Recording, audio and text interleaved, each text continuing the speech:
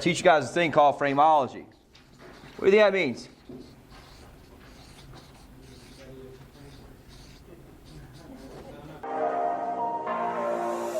Hey, this is Sloan. I've been selling real estate over 14 years. Our team of highly trained professionals, along with our unmatched marketing, has sold thousands of homes here in the Myrtle Beach area, and this is how we do it. It's a part of sales and seduction. It's a way of selling, of understanding that everything happens in frames. We spend a lot of time on this in my coaching group of this piece, but Frameology is a way to sell. I want you guys to understand that selling comes down to everything you want in life. Everything you want with your spouse, everything you want with your husband, wife, obviously, your kids, your personal life, the car you want, house you want, money you want in the bank. Everything comes down to my ability to sell.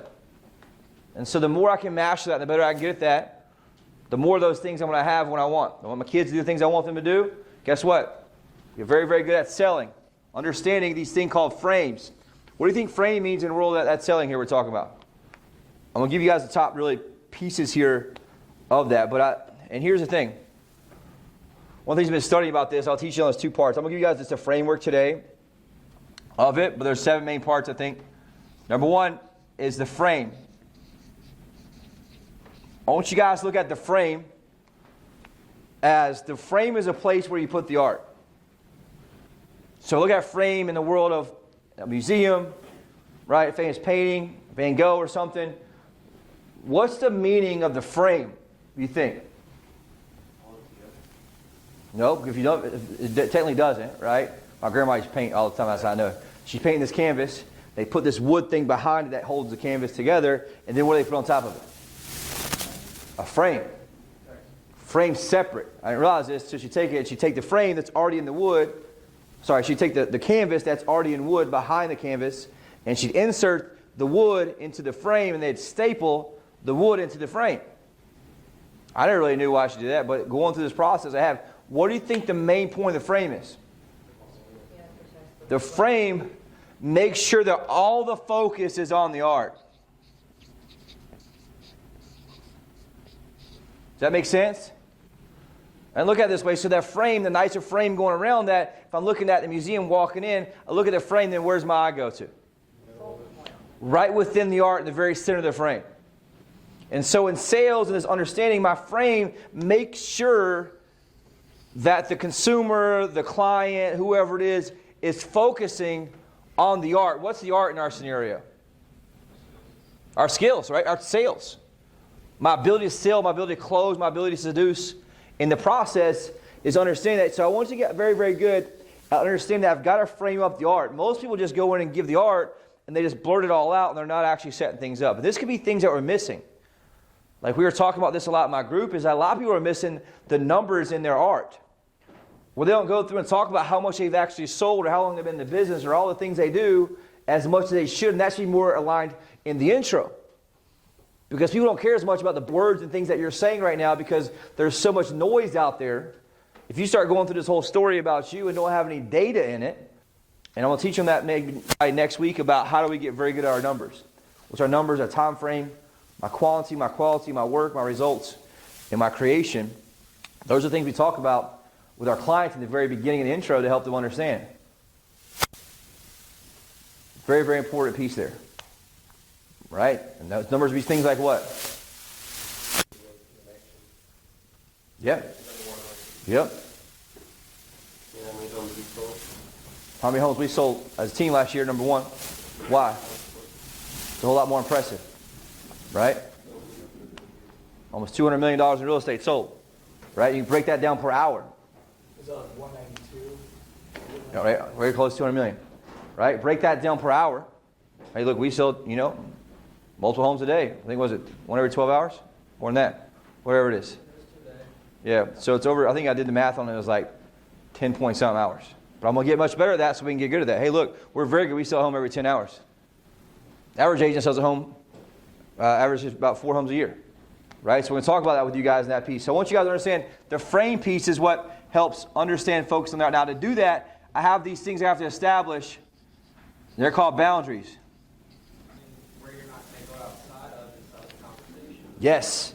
The boundaries are for us to set up. Here's what's going to happen in this conversation so that what? You stay focused and stay within that. You are the most important person in their life at that time. I want you to ask yourself the question that, am I the most important person in their life at this time? And if that's not the case, then guess what's not there? My boundaries. We talked about this as an example, trying to do a sales call, right? You're calling them and they're driving in their car and they got their kids in their car. Am I the most important person in their life at that point? Not at all. And so I have to be willing to set new boundaries. Hey, look, I appreciate that. I'm glad you're on the call. Glad you made it. But this probably not going to work out because I'm going to need us to be focused on each other right now. And I don't want you to have to worry about that while you're driving. Let's go ahead and reschedule for tomorrow morning at 9. And one of the gifts we talked about as we role play through this is that most people, why they can't get that done, is you have to be willing to let go of their guilt. So I have to really justify and say, look, thank you so much for being on the call. I really appreciate you being here still. But I want to make sure we can focus on each other 100%. And I know you're driving. Because here's the thing. When they're driving, what's the most important thing to them? Driving, not hitting any other cars.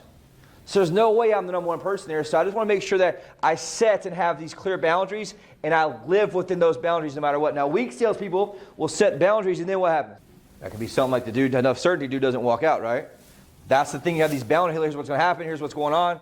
Boom. And so just ask yourself, how well am I setting boundaries? I'm going to teach you on this in that scenario going forward, which I think is very, very important in that piece, right? Oh, this is one thing, too, we talked about, too, I think is very important on that. Well, the biggest mistake we make is entering the conversation and people being in yellow mode. What do you think that means? Yellow.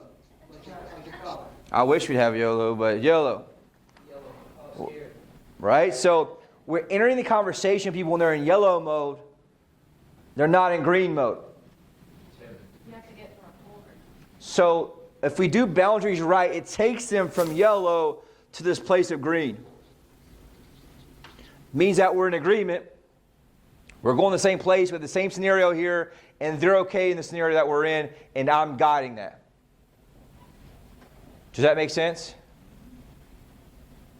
Very, very important. Most people make the biggest mistake is trying to sell people when they're in place of red or black. But a lot of times we think that we're in green, we're really in yellow. And what boundaries do and setting boundaries with frames help us get to this place where, hey, look, I'm in green, they're in green, now they're really receptive to what I'm saying. I'm not bulldozing them into that place, which I think is a big deal in that scenario. Jeremy told me about a guy who stood in the doorway for 30 minutes before he even started because he was trying to get him in green. Yeah, makes a big difference, right? Third one, this is a little more difficult. Third piece here is stewardship. What do you think that means? In this stewardship of helping to get to this place of what's best for them and best for me. I'm helping them get to this place of what's best for them and what's best for me. And I treat that as a major responsibility. And I think it's very important, right? And I kind of wrote my notes here. You've been given this stewardship because the product and service you have is good for both them and you. And it's very important. It's best for me to be in this place here of integrity.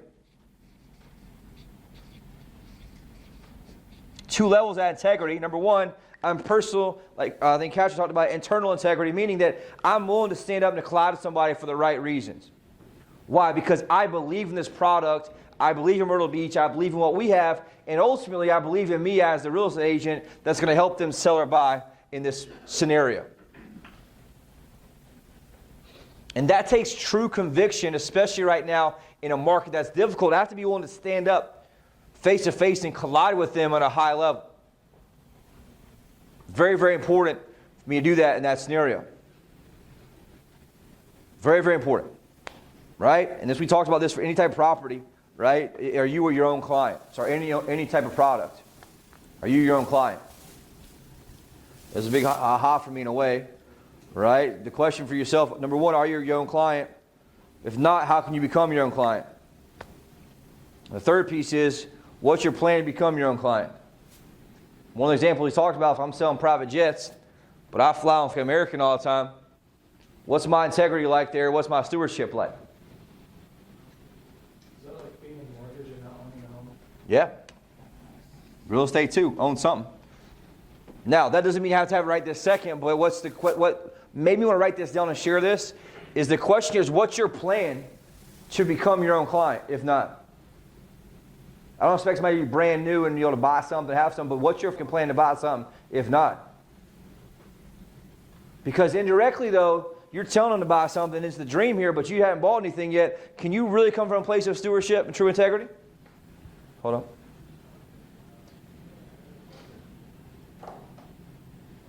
The question there is very important, and I kind of always been like, it doesn't really matter, but it does matter.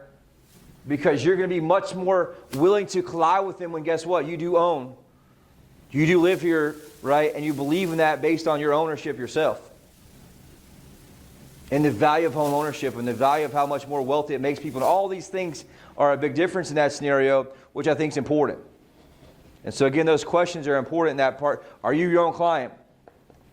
Number 2, how can you become your own client? Number 3, what's your plan to actually become your own client? Doesn't mean you can't sell if you're not, but I guarantee you at a much higher level if you are. Which is very, very important piece there. Right? And I want you guys to understand that this stewardship here is living. What does that mean, you think?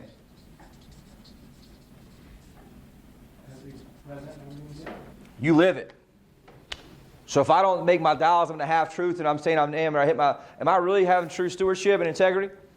No, I'm not going to be able to set frames and have hard frames and all these things for these people that are important so that I can be able to live up and collide with them when I need to in one of the most difficult markets in many of your careers. Almost probably all your careers, if you haven't been in since 2008. Right? So, very, very important piece here. Fourth one, this is what I taught on earlier, is very important. Fourth piece of this is certainty. What does that mean, you think?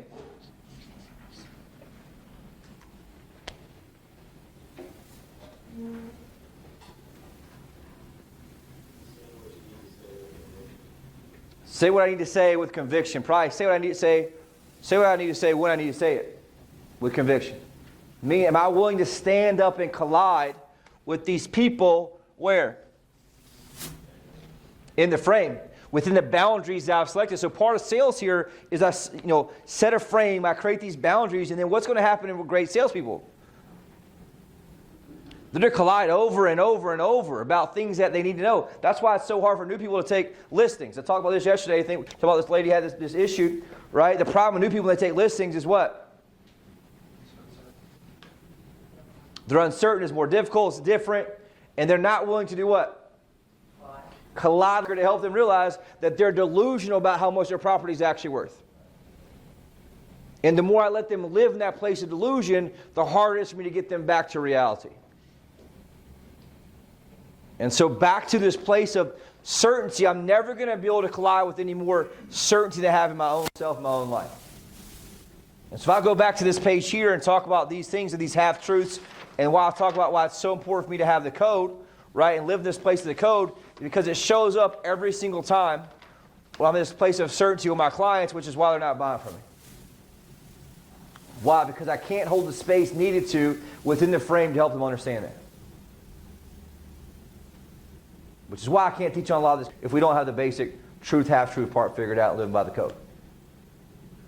Does that make sense, you guys? That's why I wanted to go back over it this morning, especially after looking at the numbers. I can't teach you guys on this if I can't have anybody do the basic things about the code. Right? It's very important. And the certainty, we're always having to find that new level of certainty. We're always living a place of certainty based on how our actions are in and around our work. So if I'm uncertain in things that are going on at home or how I'm showing up or whatever it is, I cannot bring that much more certainty into the workplace.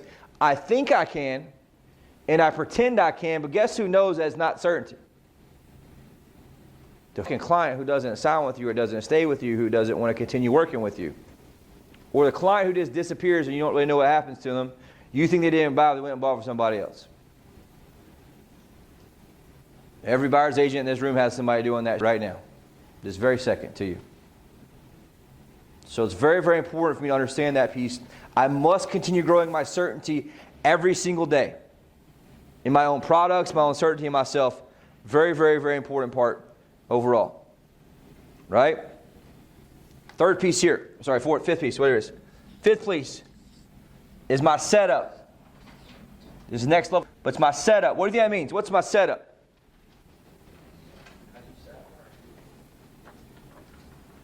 Yep. Set what? Set the frame? There's a pre-frame piece, but guess what I'm doing here? This is where people screw up the most. Probably, if they have the basics. I've got to always be setting something up. What is it? Oh, the next thing. My next move.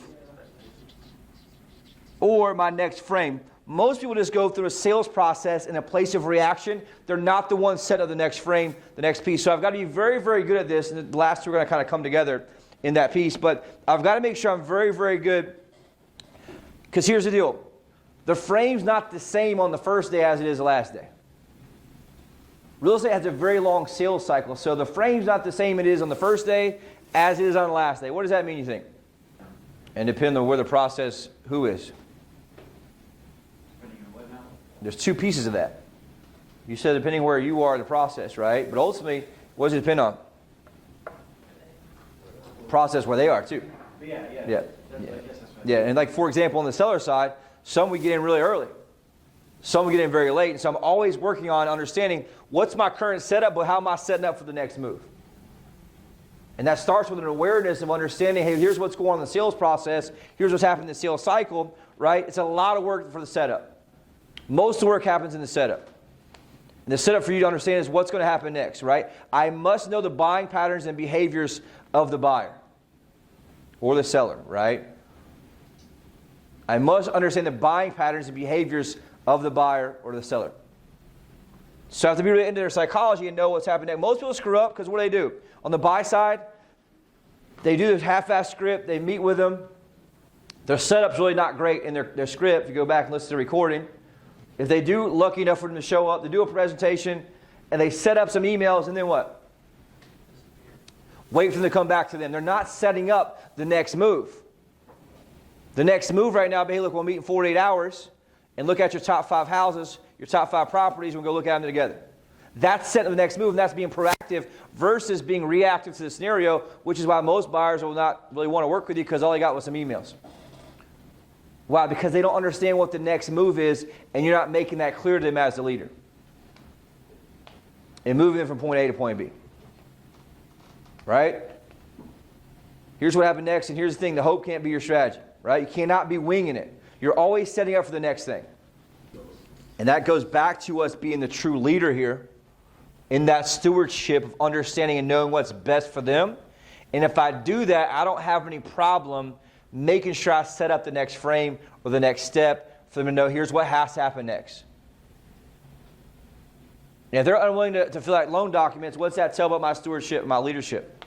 Right? So I'm just winging it, hoping they want to buy something and they go through it, right? So what's your setup look like? And here's the deal, right? Are you always setting up for the next thing?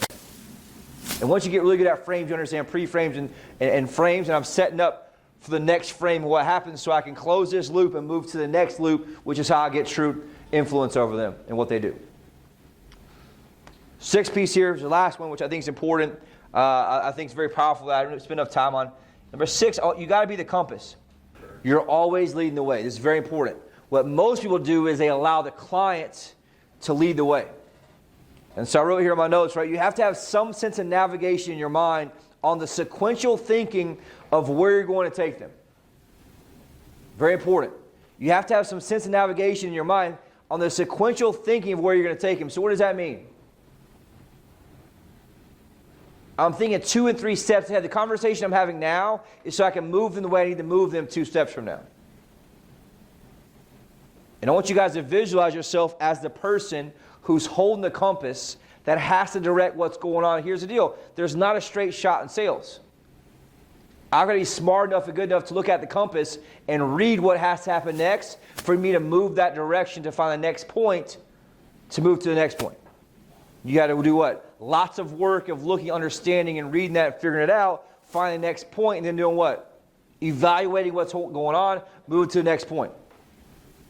Right? So I want you guys to understand that you have to have the sequence and process in your mind where you're taking them next. Because when you do that, that's how you lead with authority. Say it again. You have to have the sequence and process in your mind of where you're taking them next, because when you do that, that's how you lead with authority. And so ask yourself that question, am I the person with the compass here that's leading with authority? Most people are selling, they don't have any idea where they're going next. And so I don't have any idea what's going to happen next as my client. That goes back to the analogy of the pilot who's in turbulence is not updating their people what's going on. Right? Very, very important piece there. You have to have a process for the results. And here I want you guys to understand, you are the navigator with the process. They need to know that you are the navigator with the process. And you can tell them that, hey, look, my job is to help navigate you all through this process of selling your home, through buying your home, and my job is to hold the compass, read the compass, and help you guys adjust based on every problem and every turn we run into to make the best decision forward to get us to the ultimate finish line. Very, very important piece there to understand that, where you're having that piece of the navigator. Right? Questions about that? No. Next couple weeks, assuming we hit 50% and have good numbers, and right, we're going to teach you guys this on a much higher level. But understand that there's much higher levels to the sales game, and you got to do the same thing as inquire and look and see where I'm missing the gaps.